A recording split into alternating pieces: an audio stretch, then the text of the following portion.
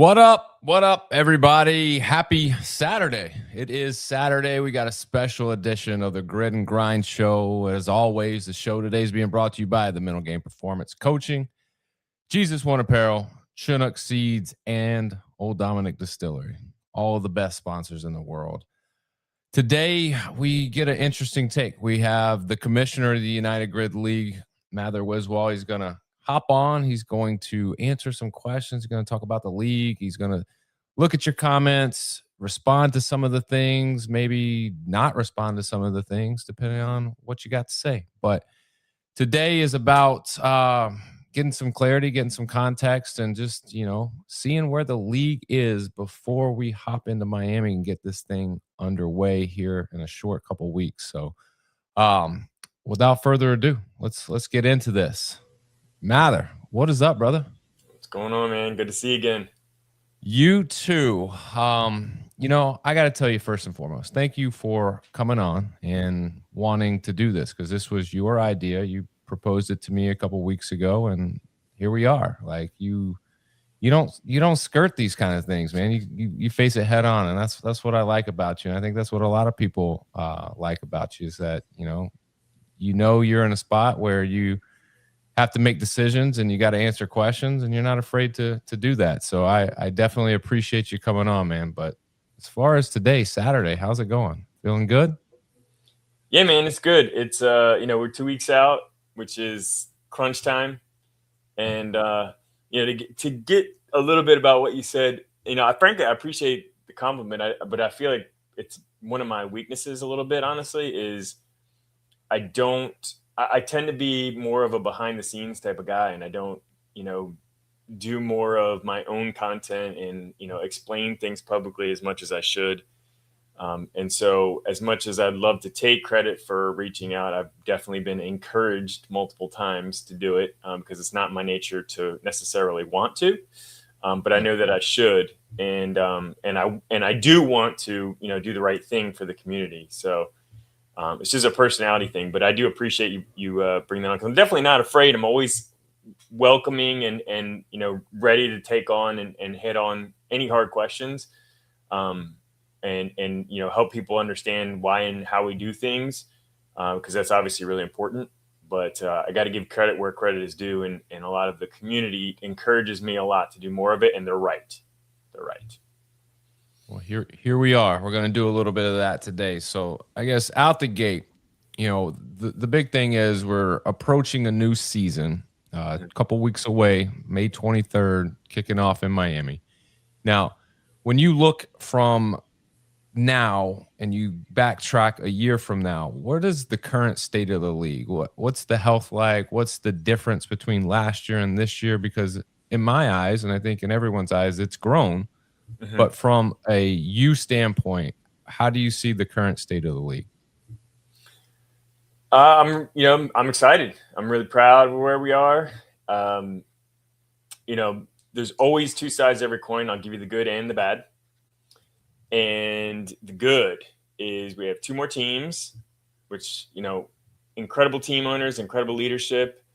I think, if you've followed them at all, hopefully you recognize that everybody should be impressed with how they've really brought their teams together and put them in an amazing position, both of them, to be ready to compete in a league where people have been around for, over 5 years on average.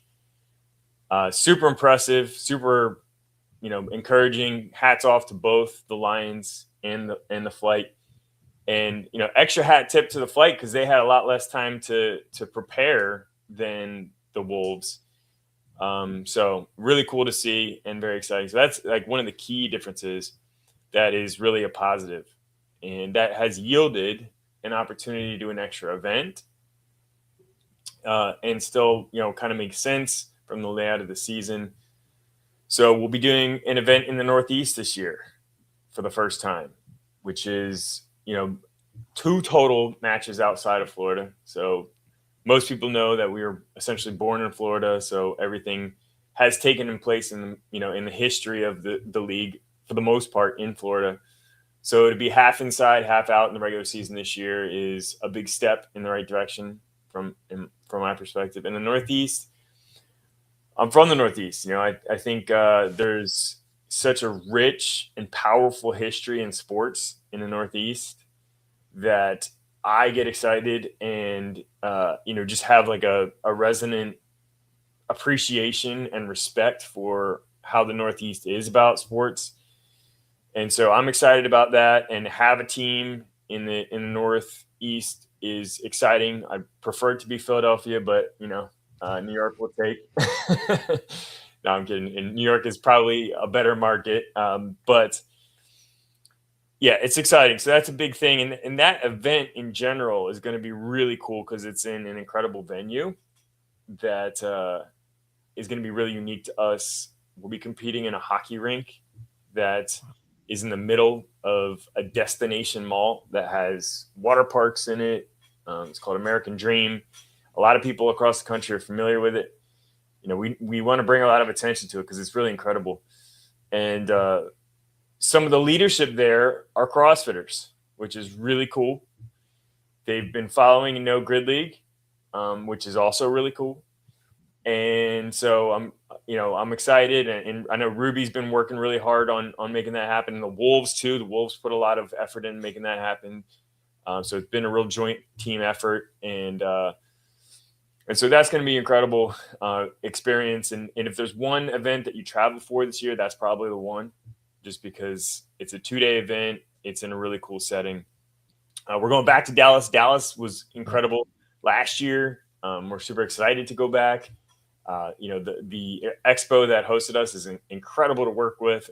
A bunch of great people. Obviously, the sports really relate. So, yeah, I mean, and then I don't want to minimize the Florida events because they're our bread and butter. They're how we grew up. We wouldn't exist without them, and they're obviously incredible as well. In a lot of ways. And in Miami, the expo is doing a lot of new things this year, brought in some new sports. So that's going to make it even more fun to see and watch. And then Lakeland is the RP Funding Center, which is kind of a new experience for us. It's a bigger venue, a little bit, it's completely just Grid League with some partner, sport event type things coming in with us. So it's going to be a lot of fun. From an event perspective. Does it scare you to start now? You've done it last year with Dallas, and now you're going to New York. Does it scare you a little bit to branch out and have this thing traveling? Because logistically, there's a lot of moving pieces that go into this. Yeah, for sure. I mean, it's definitely a big task to take on, and it is intimidating. It is a big step for sure. And, I think this also kind of relates to the hard side of the league, or the tough side, because the front facing growth of, people watching matches, clips, being aware of the league, all, being involved has grown tremendously. But the support staff hasn't been able to keep up. And that's a little bit by design, because you almost have to do the forward front things to make the back end things work. Especially the way that we're configured, which is very unique in that we don't have, big investment backers or anything like that. So, essentially we have more responsibility with pretty much the same team that we've had for years. And, that's definitely the tough part. And I know it's, hard for people to kind of have context on that. But you got to take risks if you want to grow things. You got to, put yourself out there, and we try and filter everything that we do from a decision-making perspective through the team owner. So we get multiple perspectives and everything like that. And so we feel really good about where we are. But yeah, I mean, you can't move forward. You can't grow without, taking on some tough challenges. And that's definitely one of them. So that's a long-winded answer, but yeah, I mean, it's intimidating, but very exciting. And, and I know we're going to do a great job in execution. And that's not just, the league or the team of the league. It's the teams as well. The level of performance, the quality of production from the teams, the quality of presentation from the teams has gone up every year as well. And it is a collective effort among everybody involved with the league to continue to level up. And we all have from myself all the way to, every player and person that's contributed to the sport. So that's what's really ultimately most important.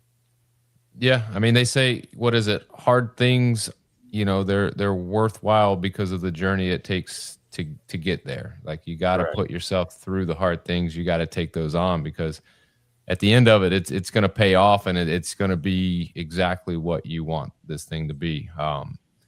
When you look at the changes in the league, we'll start with this. You got two conferences, and last year you had two conferences, East and West. Now you've added one extra team to each one of those. In the West, you got the Brigade, Sharks, Venom, Bandits, and the Flight.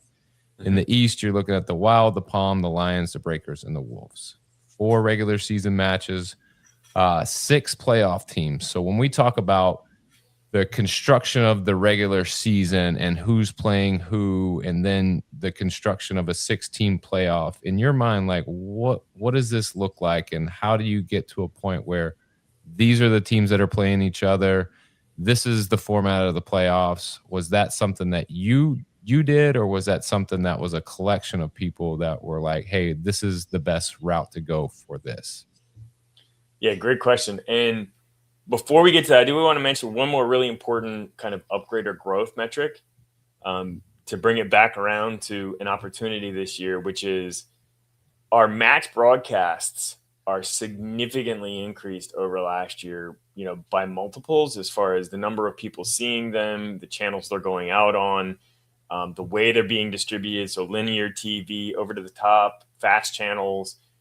This is well beyond YouTube. So we'll have multiples of past years in number of people seeing the matches, and it will be in the millions this year, which is a big step up across the board. And hopefully that gets people excited that are performing, because, we'll be available in most TVs across the country, or a big percentage, I should say. So I do want to leave that one out as far as like big growth opportunities this year. And some of them are very well-known opportunities that we can't quite announce yet. But the deals are done. We're ready to rock on them. And when the appropriate time is, we'll be really excited to announce them. But yeah, that's a big thing. So getting back to the playoffs. When we went up in teams, the number of teams, planning the schedule, man, I have a whole new level of respect for the NFL schedule planners, especially over the years before AI existed and all of that. It is difficult. And we ran, because, especially for us, the NFL has the luxury of they can send any team anywhere, and budget is not a consideration, and whatever. Or it's a consideration, but it's not going to restrict how they do their schedule. For us, it makes a lot more sense to have certain teams go to certain places. And in addition, we don't have 30 teams. We don't have, 16 plus matches or games or events. And obviously, if you're in the MLB or MLB, you have a lot more than 16 or 18. So the point is that the strength of schedule becomes a lot more prominent when you have 10 teams and when you have a limited number of matches per team. So, we were working on all these configurations that we had to work within these locational restrictions. And we were ending up with, some teams that were brand new and only playing like all playoff teams, or vice versa. And so, it kind of ended up that the best configuration that we could land on, the most even or whatever, still had, decent amount of chat, like unfair. If you look across the league from team to team, quote unquote unfair. The strength of schedule is always an issue in the NFL. It's like one of the most talked about things in the preseason. So strength of schedule is something that has always existed in sports and always will. So there's not much you can really do about it, but adding 2 teams to the playoff structure does something about that. It goes from 40% of the league to 60% of the league making the playoffs. And I think the average is roughly half when you look across most sports. So that makes sense to do that in the first place. And so when you have most of the teams making the playoffs, that really helps to overcome strength of schedule, challenges that come with having a limited number of matches. So that's a big part of it. Another big part of it is the fact that we'll have more teams in the playoffs. So the playoffs will be a bigger deal. It'll be a 2-day event and whatnot.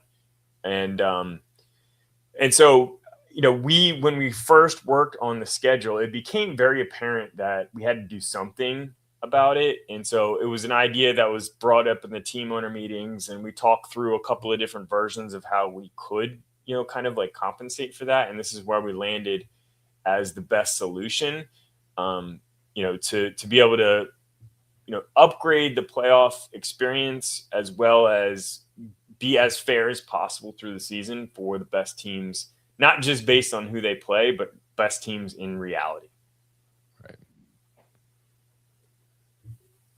So when we get to the playoffs, is it top team from each each conference with a bye, and then the 2 next top teams in each facing off and then formatted that way? Or is it top 2 teams get a bye and then it's whatever you rank them for, 3 through 6 at that point, and they battle it out to see who takes on who?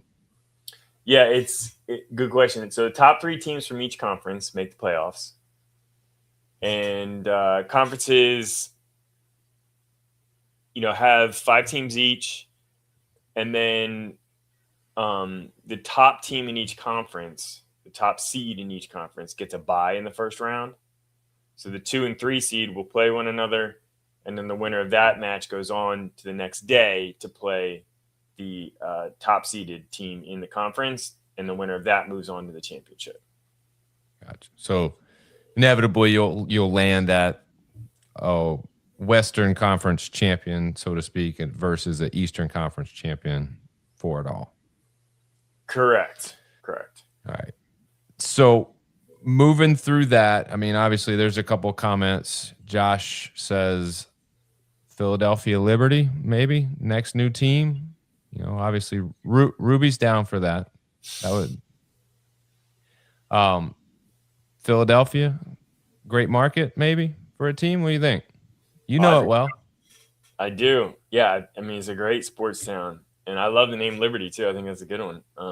But yeah, I mean, there will be a Philadelphia team. We've actually had one group start working on it from Philadelphia, and I can't wait. It's going to be a great day. Nice. So let's jump to the next thing. This was something that was brought up by a few people. The fan voted ringer. Mm-hmm. All right. 3rd ringer point race chosen. It's by fan vote. You can vote prior to the match, during the match. The ringer itself will be revealed live in competition. Mm-hmm. So I guess some of the big questions around this was, how did this idea come up? Mm-hmm. And was it time for that type of change in the structure of the match? Mm-hmm. And then what impact do you think this will have on matches? Mm-hmm. Okay, so there's good and bad in every scenario. So I'll definitely talk through both. How this concept originated. So like 2-3 years ago, we were working with a TV producer about potentially bringing the league and the concept to, a prominent channel, we'll say. It didn't end up working out for things out of our control, but his huge thing that he felt like we needed to do was have something that dropped in the middle of a match, which would basically be like the dramatic crescendo of like, waiting to reveal what something was. And at the time, me personally, and I think Ruby and others as well, were resistant to the idea because, there is nobody that's more of a grid purist than me, and I'm like, man, we're really going to mess up the flow and blah, blah, blah. And I didn't get it. And so, but it hung with me because, we were basically like a soft yes to, all right, we'll work on this. We'll figure it out. We'll bring it to everybody if we get to that point. But it never left my mind personally because, you know, he's an accomplished TV producer. He obviously knew what he was talking about and had experience with things like that. And then, you know, over the years, a lot of major leagues have been incorporating voting more and more. So a lot of like MVP voting and award voting is influenced by fan votes. And that's not by accident. You know, obviously they know the metrics that are involved to suggest that that's a good idea. You know, you look across some of the best media properties in the world and that have been around for a long time. And there's, in most of them, some sort of voting component. So American Idol is a great one. Love Island is like a very recent one. And even Survivor, like the watchers don't necessarily vote on it, but the voting is one of the most dramatic parts. So it's like a very important part to the storyline. So, and then, well, not to cut you off, but Survivor, this season 50, the structure of the game was voted on by the fans. Mm-hmm. So there were like 7 or 8 different components that fans could vote on. Right. Prior to the season, and the game was built around what the fans. So, like, you know, to piggyback off what you're saying, yeah, like even some of the best reality shows out there are incorporating these fan type votes. Exactly. And there's a reason they're doing more and more of it. Like, that's a new thing. And there's this soccer league in Europe called the Kings League that was started by creators, I think it was. I'm not an expert in this, but I've been following their journey because a big component of what they do is fan voting around the rules and the participation. And it's the fastest growing sports league in history. You know, there's some comparison to like the IPL or whatever, but maybe it was soccer or something. It's one of like a very impressive stat around a brand new league having that kind of growth. Now there are a ton of variables involved, and fan voting is not the only one, but you know, you can't not pay attention to that kind of thing. And on a more fundamental level, and this is something that like I think about a lot personally, is my personal identity is really tied up into Philadelphia sports. Like, I'm super proud to be a Philadelphia sports fan. You know, most of my interaction around my friends from home are associated with sports. You know, when I go home, we watch games together. You know, I'm in the boys chat. We're always talking about sports, and it's an important part of my life, my identity. And, you know, especially when I was younger, that was even more the case. Like, whether or not I had a good week really was dictated by, you know, how the Eagles did on Sunday. And so, I mean, it was bad. Not bad, but it was like intense, you know, all day long. It's all I like really focused on and thought about. And, you know, the reasons for that are, you know, when a part of you and what you do, and you go to games and you cheer and you scream on defense because you're trying to interrupt the other team, you're participating in it. Like, you are involved with it. The Green Bay Packers, one of the strongest teams from, you know, a traveling team perspective, from a jersey sales perspective. It's the smallest team in the league, but they own the team. Like, they are involved with the team. So of course, like, it's the people's team. So it just makes sense, I feel like, from a fandom perspective, that if you are actually involved in the outcome in some way, and, you know, a single person can have significant influence if, yes, they vote, but then they go recruit a bunch of other people to vote. And, you know, that kind of thing is ultimately how a lot of, you know, virality and things can happen. So, you know, I mentioned earlier that, you know, we're doing more things with the same staff, and this decision contributes more to doing more things. But it really felt like, and I'm sorry, like, there's a lot of variables going into this, but one more I have to explain.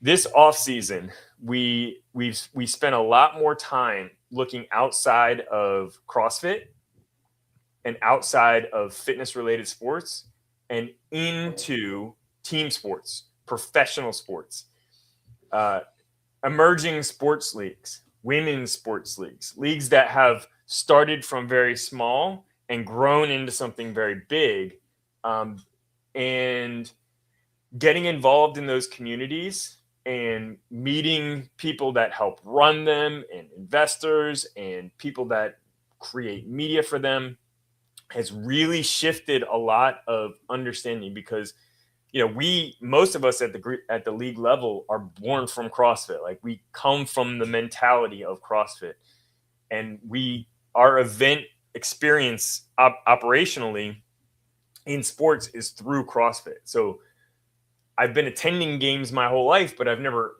put on a basketball game or put on a football game.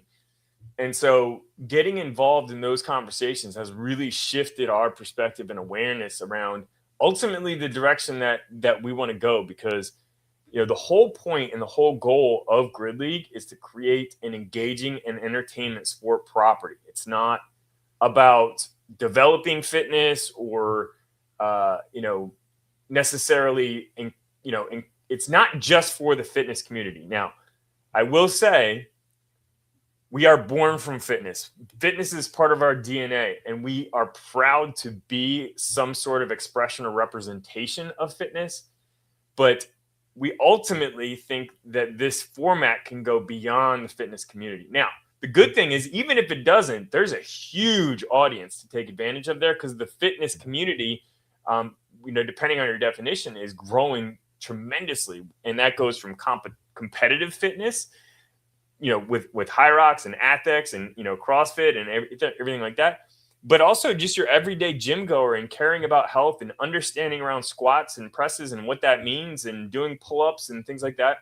So that awareness and care is ultimately tremendously valuable to us in general, because, we want to be essentially the first entertaining property that takes elements from fitness, puts it on a team sport perspective, but most importantly is entertaining and fun to watch. And if that last thing I said wasn't true, we would not be where we are. If it wasn't fun to watch and naturally engaging to people, there's no way we would have gotten as far as we have. This has not been propped up by anything but the strength of the sport. So, that to me, and to a lot of people that we're close with, is all the proof that we need to know that the potential is there to have the broader effect. Because when you're in, the CrossFit community, you might have a natural kind of draw to Grid League to see what it's about, because, some of the people that were involved, whatever, but you don't watch it multiple times. You don't follow what's going on. And we wouldn't be growing if the format didn't work from an entertainment perspective. Right. So, man, I really got off the rails here, but the point is, we're always looking for ways to layer that in, and one of the slogans from another entity that, really relates is fans first from Banana Ball. Now, we've taken a very different approach to fans first, but we're not here to, name the fittest on earth. We're not here to, go to the Olympics. We're here to entertain. And so fan voting is a way to go in that direction, and somewhat aggressively. And going into this year and knowing we're taking on more and having limited staff, like a couple of our core philosophies were like, we don't do anything unless it increases our viewership by 20%, or at least has the strong potential. And so while we don't necessarily think fan voting is going to be a huge thing this year in the Grid League, like, it's going to take some time to build awareness and understanding and engagement and things like that. But we think it has the potential to be a really big part of the sport's growth, given all of the external indicators that we have that, how important fan voting is. And, when we've gotten more involved with other sport properties, like I said, the pro sports and college sports and emerging leagues, everybody's talking about attention spans getting shorter and people being on their phone more. So you go to like a baseball game, and I know this is true. The last one I went to, I was actually looking around and paying attention. Half the time, especially if nobody's like actually active about to take a pitch, people are on their phones. And that's like a stat that people talk about is like they're either being distracted by social media, or they're looking at stats around the game itself, or they're looking up information about the game, or they're, keeping track of their own stats. So, how do we keep engaged people that have shorter attention spans? How do we involve the fan base more in something that doesn't necessarily have all the traditional inherent reasons people watch sports, like the history, the connection to, the fact that their parents were the same sport fan and growing up playing the sport and all of that. These are all challenges we face as a brand new sport property. And this could help overcome that if somebody's like, man, this is kind of interesting and intriguing. And then, they have the opportunity to be involved. It's just another way to stay connected. And it's also kind of like an in-person event opportunity too, because, imagine coming to a grid league match and they, over the announcer, they're like, okay, you can pick what race you want to see at the end of this match. And there's absolutely no way you're not going to pull out your phone and look at what the options are and be like, oh, I kind of want to see that. I kind of want to see that one. So there's just like all these different opportunities. I mean, if I'm not on the grid, but I'm a player for another team and I want to just like really just like hurt somebody, like throw some jabs at them, I'm getting my whole team to vote for nonsense just because I want them to lose, or I need them to lose. So I need to try to like do everything in my power to like shift it in our favor. So like, to me, like, I think this is a great thing. I mean, you mentioned it talking about baseball, and me being a baseball guy, like, it is very hard to, when people ask, well, what do you like about baseball? Well, I can tell you 1,000 things that will bore you to tears about baseball, but it's a very slow and it's a very boring sport. Hence the reason for pitch clocks and all these things to speed the game up. Right. So fan interaction is something that I've noticed in watching games, even at the college level, because they want that engagement into the game, whether it's something like as far as voting for someone's walkout song or whatever. They want people invested in what's going on the field. Right. And so, one of the things that I did hear you say, which takes a lot of foresight to see this, is you talked about everyone's lens being in CrossFit and building the sport through that lens, but you being able to recognize, wait a minute, like that could hinder us. It could help us a lot, but it could hinder our growth if we're not looking at these other leagues and how they're developing and how they're growing. So for you, shout out to that, because not everyone can see that. And it takes someone stepping back and taking a look going, okay, well, maybe there's a better way to do what we're trying to do. But we had a comment. Josh says, we just need gambling. Short events, it's made for it. Don't know how close we are to that, but he also asked about the tiebreak process. Mm-hmm. So to help, when we have these to break ties, are we going to account for the strength of schedule differences? Yeah. So first of all, the gambling, I agree. It's kind of a sensitive topic, and we've actually been approached before about it. So yeah, I will say that is definitely heard and interesting, because the format is absolutely perfect for it. No matter what you think about gambling, like every single race is an opportunity. And then as far as strength of schedule, the tiebreak, there have been a few ideas brought up around this, and it's actually currently in the middle of a vote around it.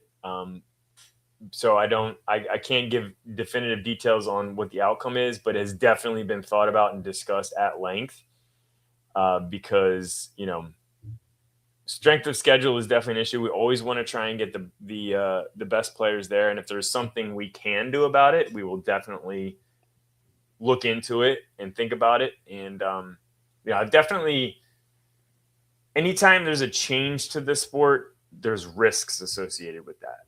And we don't take that lightly whatsoever. And it's not just in one dimension. There's a lot of different risks in a lot of different ways. And so, especially over the years and seeing how, what's happened with CrossFit and things, to no fault of their own in a lot of ways, the changes are costly. So, there is weight that associated with that, but there's also a ton of weight in making sure that we get the best teams in the league into the playoffs. So, there's been two kind of end ideas presented. One is sticking with the current method of tiebreak, which is the different rate or score differential. So when two teams have the same match record, you go next to race record as far as the variable that breaks ties. And then the alternative is if we look at the rank of race outcomes from match to match, or race to race, I should say, versus the competition. So the point value correlates to who you're playing. The rank correlates to the entire league. So those are the two options, and it's currently being voted on. So we'll see what comes out. I do think there's, it's certainly, I'm okay either direction. I'll just say that. There is another way. There was talk of you and Brandon ringer point to settle this. Is that possible? Can we make that happen? Man, I don't even know if there's anything I would beat Brandon in. He's a beast. He's an animal. I'm not going to pretend like I could. You got. I just stopped following him. I just stopped following him on social media because I just felt bad about myself. I was just like, geez, I just can't. Yeah. No. Yeah. It's definitely, obviously, fair point to bring up by Josh, but it's good to know that they're working on it. There are some things that are in the works. You're talking about it because it's a point of contention for other owners in the league to figure out what's the best process. But one of the things that I think is great is changes just don't happen. They are voted upon, and only those that have, that pass with enough votes get implemented. A couple of those other things, when we talk about votes, is the home team advantage, the home team selecting which ringer race to select. They can either pick the first one or the second one. Now they get to choose. Mm-hmm. And then wild card ringer change, ringer point race will no longer count toward a wild card's race limit. Mm-hmm. So when you talk about those two things, like, who brings that stuff up? Is that an owner that's like, hey, I want to talk about this, or is that something that you bring to the table? How do these changes, how do you give credence to these things, or is there a process for owners to bring up what they want to see, or do you just go, hey, here's the opportunity, what do you guys think? Yeah, both of those last two things that you brought up were brought up by team owners. So they brought up forth those kind of options, and if I have an opinion about it, I'll state my case, but it ultimately comes down to the team vote. Both those things were voted in. As far as the fan voted race, that original presentation was made by me back in December, but then we iterated a lot on it throughout the following team owner meetings, and a lot of ideas from team owners were incorporated into the process. And my favorite contribution from the team owner group was the fact that it would be revealed in match. And that was an idea from a team owner that I think is an incredible upgrade. That's a game changer. I mean, yeah. And that, I think that, because it adds drama, it adds excitement. There's something to anticipate, which is exactly why you watch sports. So. You talked about reserve players now being activated as full roster players. And is that during that's during playoffs? During playoffs. Yeah. So the way a typical reserve player situation works, or prior to this year, a reserve player can only play once in a season unless somebody else comes off the roster. Right. And now this year it's the same for the regular season, but in the playoffs, they're now an active part of the roster in the playoffs as well. Gotcha. So, I mean, makes sense. I mean, it allows for teams that have some type of injury. Absolutely. They still have a fighting chance going into a playoff or in the midst of it where they're not super crushed. Like I like that. The next one that I want to talk about, this is the one when I talked about voting. This was denied, but it was the closest of all the votes.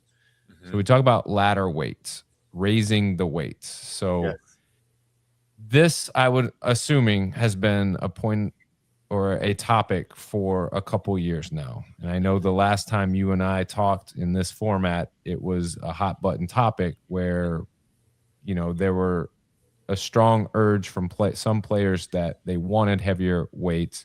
They wanted it to look a little different. But to me, most of the owners don't want that. Why do you think that is? Or why do you think it was as close as it was? Yeah, it was close. This is probably the most split vote we've ever had. I think, keeping the weights the same was 1-by-1 vote, I think it was. And the real answer is I don't know. I will say at least one team told me it was because they feel like the viewer experience is actually better with ladders being performed faster and more clearances.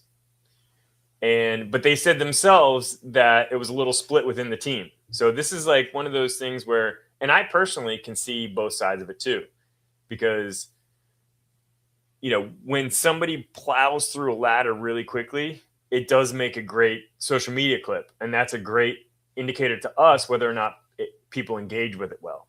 And, some of our better, especially male clips, are when male players are just plowing through heavyweight as quick as possible. And so there is that variable. But I do think the drama that comes with when only a few people clear it, and the fact that they, and it looks like a more difficult task when they clear it, has value from an entertainment perspective as well. So personally, I was fine with raising the weights, but I'm also fine with keeping it, because I don't think either way is going to be a huge detriment to the growth of the sport or anything like that. I hear the point when people say generally things are too light, and the ladder is probably kind of the easiest lift way to adjust for that. But ultimately, could some of the team owners voted that way because of their own team orientation? It's possible, but we do put a lot of effort into saying, we as a league and as a sport have to think about how are we creating the most entertaining sport property as the number one deciding factor on these kinds of things, whether or not we increase the weights. So I have trust that we will do the right thing as a group, and moving forward, there's always opportunities to adjust as well. But I'm glad we have an outcome that shows that we do listen and we do put effort into thinking through these things, and Hypothetically, if this ever passed, how then do you decide how much to increase the weight? Because then strength is subjective to the athlete. So the people who are wanting it heavier clearly can clear the ladder, but at what point do you decide, well, okay, then we need to raise it by 20% in each quadrant? Or I just don't know, because you might raise the weights and still have the same issue where people are wanting it higher. Yeah, it's a great question. So here's how I think about it and how I've presented these adjustments in the past, because we did raise one ladder going into the playoffs last year. It was like most people were clearing it, so it just kind of made sense. But the nice thing about the ladder is there's one thing, any change definitely has an effect. So we don't want to make massive change at anything at any point necessarily. Incremental changes, allow us to make adjustments when things don't go well. And this fan voted ringer is probably like the most dramatic change that we would ever make, and it wouldn't have done if we didn't think it could have really big impact on the back end. But incremental change is definitely better. It's lower risk. And so the way the ladder breaks down, there's like a set increment of increase as the ladder goes up. And so the natural opportunity is just to increase the next increment. So for example, I think most guys' ladders increase by 25 pounds per bar. So we would just tack on the next 25, and a lot of females are 15. So that's like the natural way to do it without having too major of an impact, but still kind of going in the direction that we're seeing we need to go. Yeah. So, Josh says, everyone probably thinks he wants ladders heavier, which you say that, Josh, and I still believe you want them heavier. But the dumbbells and partner forward need to be heavier. Ladders are good. I mean, I will take that a step further. At what point do you decide the other races within the match need to have heavier components? Or do you? No, we do. We increased some of them this year. And, in one case to some resistance. But, I agree with everything Josh has said to this point, but I disagree on the partner forward. I'll explain why. Yeah. Partner forward is the race that hooks people into the action of the match. And it exemplifies one of the characteristics that's what I believe really important about Grid League is that's fast action. And if you watch the last one of these, I got made fun of fast action so many times. So fast act. So, usually a couple of reasons to increase the weights from my perspective, it's just one perspective, are to, showcase in an individual element strength in a way that can still be performed quickly, but at a number that's easy to perceive that level of difficulty. So in sprint relay, those numbers have gone up more than anything else because, on an individual basis, it kind of raises the stakes and you can still put your one single best person out there for that. And so it tends to be, and plus it's usually the last element. So you can have a really exciting race to the last element, and that race is still going to be dramatic and compelling. And even if there's a huge difference from team to team, the whole race was exciting. If first of all, partner forward is paired with another movement. So that limits the number of people that you can use because they have to be able to perform both efficiently. And if you increase one, you have to increase the rest because you need that incremental increase. So you put the fast action at risk because people might have to slow down to perform it. And then if you get to a point where people are taking too many risks, especially on the back end, that limits the opportunity for close matches or close races. So I bias towards weights that are more manageable because if one team's a little stronger than the other, they're still most likely to win that race. Right. But you're still more likely to have an even or close outcome than if one team, has the strength efficiency over the other team and the other team has to slow down a lot to be able to manage it. So the increasing weight comes with disparity being showcased more from team to team in strength ability. So partner forward is like one of the more sensitive ones. We really, really want close finishes in partner forward. And so anything we can do to help ensure that that is the case, we will generally do. Everything else is more open for debate in my perspective. But we want people to be able to easily move through those races efficiently from start to finish and have really close outcomes. Yeah.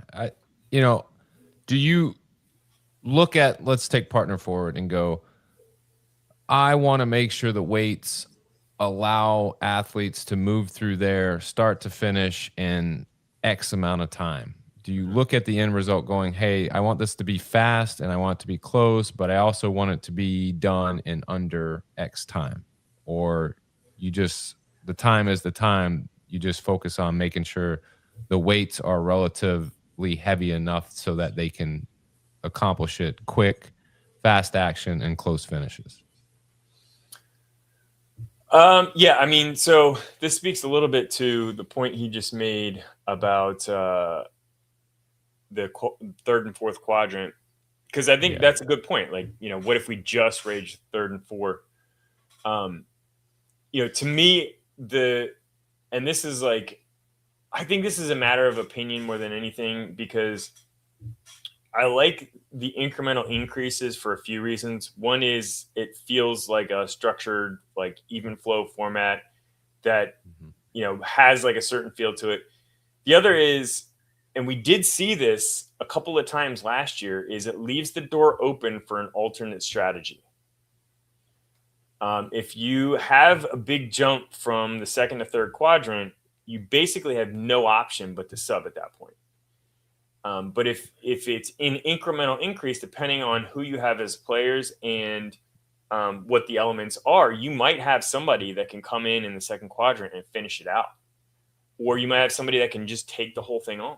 And we did see that last year. So I think having that open opportunity is an important component to me, personally. But again, it's like you can make an argument either way. It's just that's the argument that I would make. Tom, just to hit you up, they're tiebreakers. They're working on that. They're voting. They're talking about it on how they want to handle that. So it'll be soon to come. So not a whole lot on that front, but it's definitely in the works. Mather, to take the next 10 minutes before we wrap this up, I'm just going to throw you a few different questions. These are questions that are kind of one-off things that people sent to me over the past week, that just maybe a quick rapid fire, you don't have to spend a lot of time on the answers to these. But first question, what, in your opinion, separates championship teams from just good teams? Is it like roster construction, the culture, the organization, strategy, or is it something totally different than those things?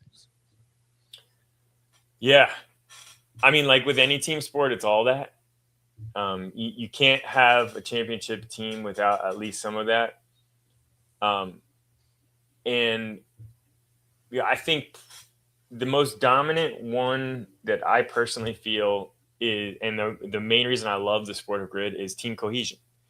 And that is a team that can communicate and work together and has good strategy behind it. And I think,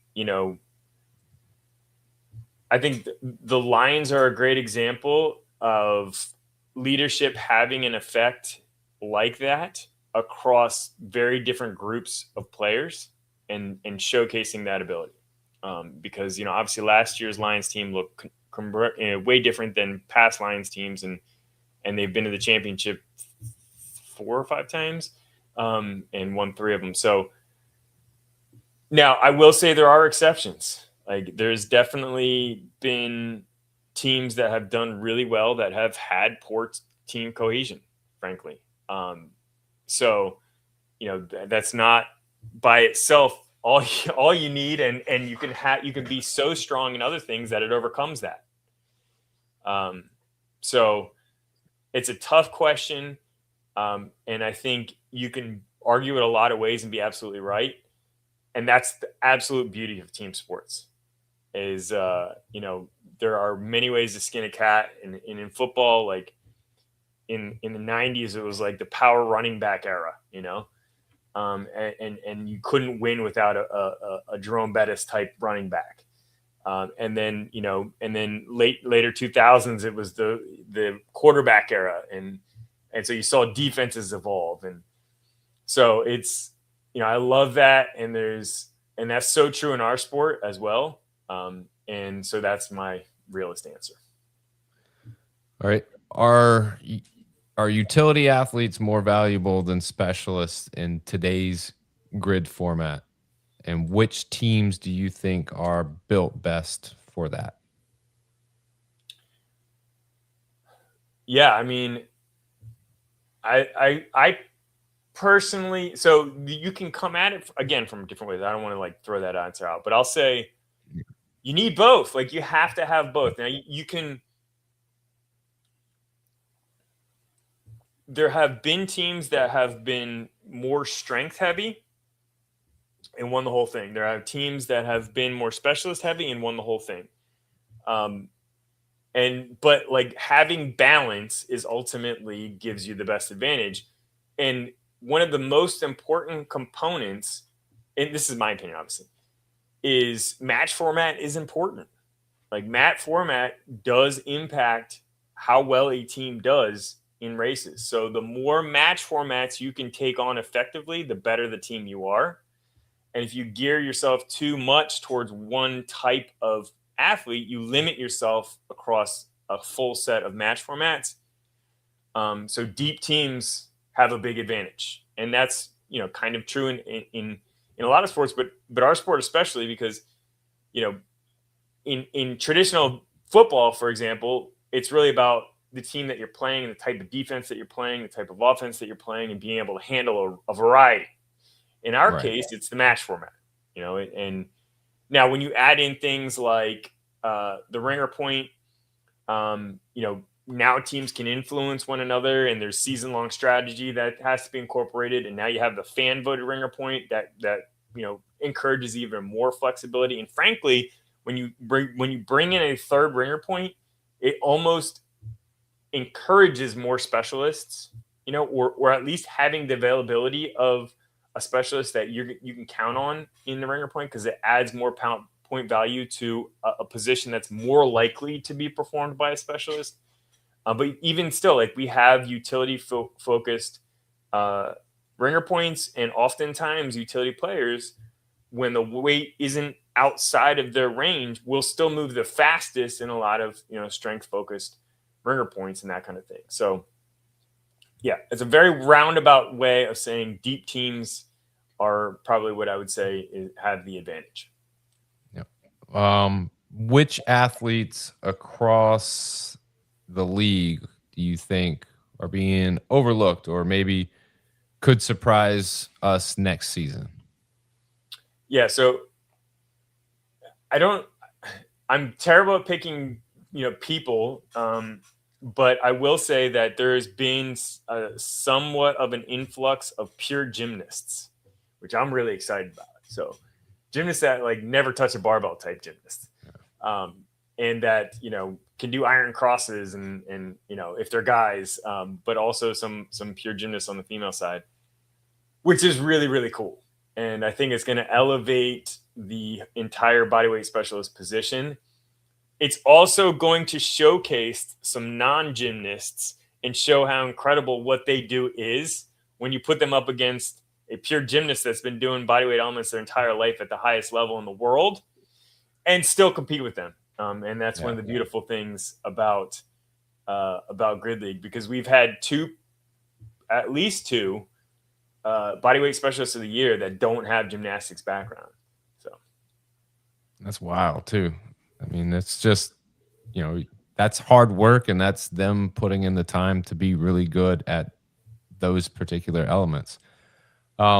What races do you think will decide the most matches this season? The sport is designed for it to be the sprint relay. Right. And if I could go back and run a team and be a general manager again, I would be thinking about sprint relay, because the sport is designed to come down to the sprint relay as much as possible, and therefore that's going to dictate a lot of your wins. I think last year it was around half the time, a little bit more, but that's a huge percentage of your overall matches. So sprint relay is one of the most important races for sure. I think from a fan standpoint, that's what you want it to be, the deciding factor, right? That means it's close enough to where that race matters the most. And so at the end, like, that's what I want to see. I want to see a competitive match where any team can win. You get to the end, and whoever, head to head in that one race takes it. And I think there's a lot of components to that sprint relay, which is balanced. Like, it allows for you to be really good at what you do, but also have an impact in that particular race. And I think if every match comes down to that, then I think it's going to be highly competitive, but also from a visual standpoint, very, very fun to watch. Yeah. And I think real quick, I saw Josh say something about that it's ringers, and I think that's a really good point because there's 3 now. But if you think about like what would you do to be good at ringers? You'd probably do a very similar thing to be good at sprint relay. You know what I mean? And that's focus on a short, high intense, single person effort across a wide range of types of elements.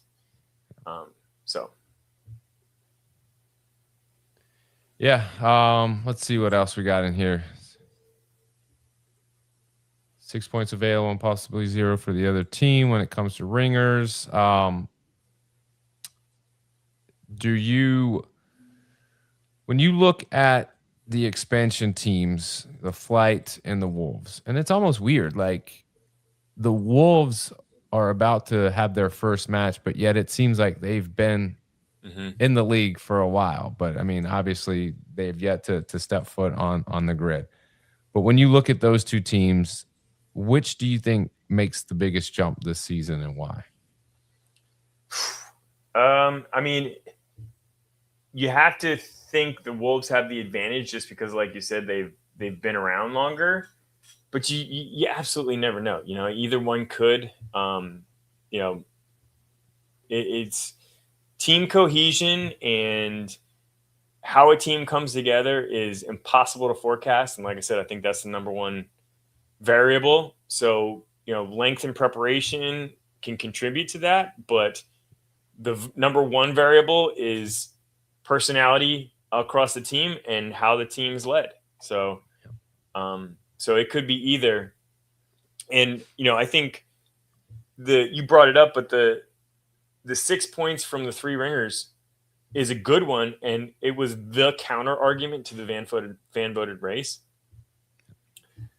Because there's always positive and negatives, right, in every situation. And the counter argument to the fan voted ringer was, does it create less opportunity to get to the sprint relay being the race that matters the most? And so that was highly under consideration because it is a great point. And where we kind of landed was, do we think this can have big impact on the growth of the sport? Yes. Therefore, is it worth taking the risk now while we're still small and don't have a ton of like hardcore infrastructure around how everything's configured to see if it does and see if it's worth continuing? Yes. Is there risk involved with that? Absolutely. And if we come to the end of this year and a lower percentage of matches come down to the sprint relay, maybe because they're decided by that fan voted ringer or something like that, if there's things we can do to adjust, we'll address it. But yeah, it's absolutely one of the trade-offs that was considered in implementing that. Bring up a comment from Tom. He said, we have some combo events of body weight and barbell, and they're a hit. He thinks more strength combos would hit as well for fans and viewers. What's your thought on that? Yeah, I mean, hopefully he'll appreciate this. I think strongman is one of the biggest priorities from a movement implementation perspective that we can have. And I think that speaks to that. Obviously, Josh has said similar things as well. And I completely agree. Like, I love strongman elements. And I think that's one of the things, because like barbell movements, they all look pretty much the same. They're a barbell moving up and down in some capacity. And so strongman elements really adds variety. And there's a new novelty and difference in perceived difficulty, which if you've ever heard me talk about race programming, it's all about perceived difficulty per element. That's why gymnastics movements are favored, because it's easy to see how hard they are, and that makes them more entertaining. It's more of an opportunity to say, wow, So when a strongman is, pulling a truck, you say, wow, like you love that stuff. So, and I grew up as a strongman fan. Yeah. Farmer carries into yoke. Be fun.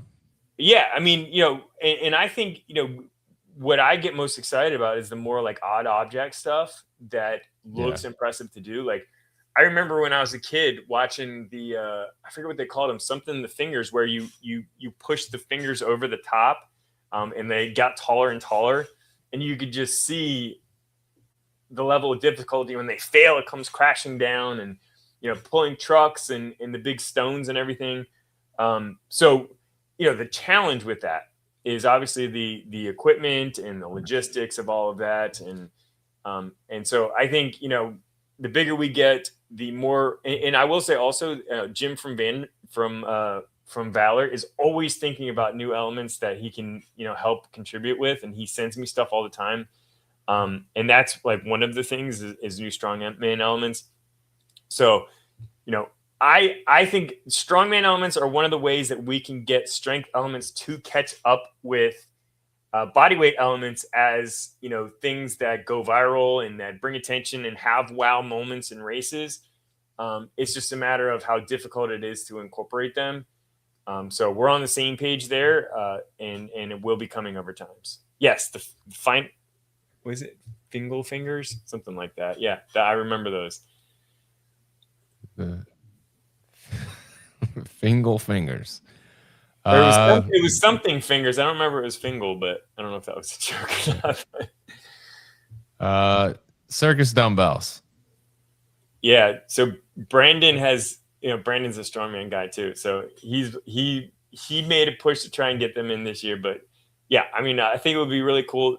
And he even said this himself. The thing about the circus dumbbells is standards. Like, they're so awkward, and usually strongmen have to stand there for a little while before they're counted. So just getting it to the point where that's consistent, but also like having the element, being able to drop it, all of those things matter too, obviously. So no doubt. And that's the thing, when it comes to strongman elements, it's way different than a barbell or a dumbbell, or a kettlebell. Like, when you see a barbell, most of the athletes, they go, I can do that, or I know how to maneuver that. Mm-hmm. But when you see a strongman, element, there's people who have never touched one, and you can't just walk up to those stones and things and manipulate them without having some type of background. Mm-hmm. And what I thought was one of the greatest things that I've seen is when we did the last year, the D balls over the yoke, right? Watching people practice that and how they went to practice that leading up to that was hysterical, because you could tell the technique and how they're getting it over, all of those things had to be practiced. And I think that's great for the sport, being able to throw wrenches in there, because you want it to be fast action, but you also want athletes to be challenged, because you want the best of the best to go out there and do these things. So a couple shout outs in the comments. Let's get to those before we wrap it up. Just wanted to shout out us, man, for being on here. Shout out you for being open and transparent. And I can, reiterate that as well. I appreciate you coming on, Mather. Somebody said that they've seen me do pirouettes. Maybe not. I'll be telling all my secrets out there. Man, I really appreciate you coming on. We'll wrap it up, and obviously we got a couple weeks before things get kicked off, but anything you want to plug or promote before we wrap? No, I think I'm grateful for everybody that's put time into caring about what these elements are, and thinking about these things and giving feedback, and for all you do to do this kind of thing, man. It's awesome, and super grateful, and I'm excited for a new year. I think it's going to be a great one. Yep, I completely agree with that. Yeah, appreciate it, Tom. Totally amazing. Yeah, and you've been a huge addition to the sport, and thank you, Tom. I appreciate that. What? I appreciate that. Once, I just tell everybody I'm just happy to be asked to be a part of it, man. I enjoy every moment that I get to spend doing this and being on the grid and hanging out and learning, and looking forward to another awesome season. So 2 weeks we kick off. Do you find a sense of relief once things get going, or does anxiety amp up even further once the season starts?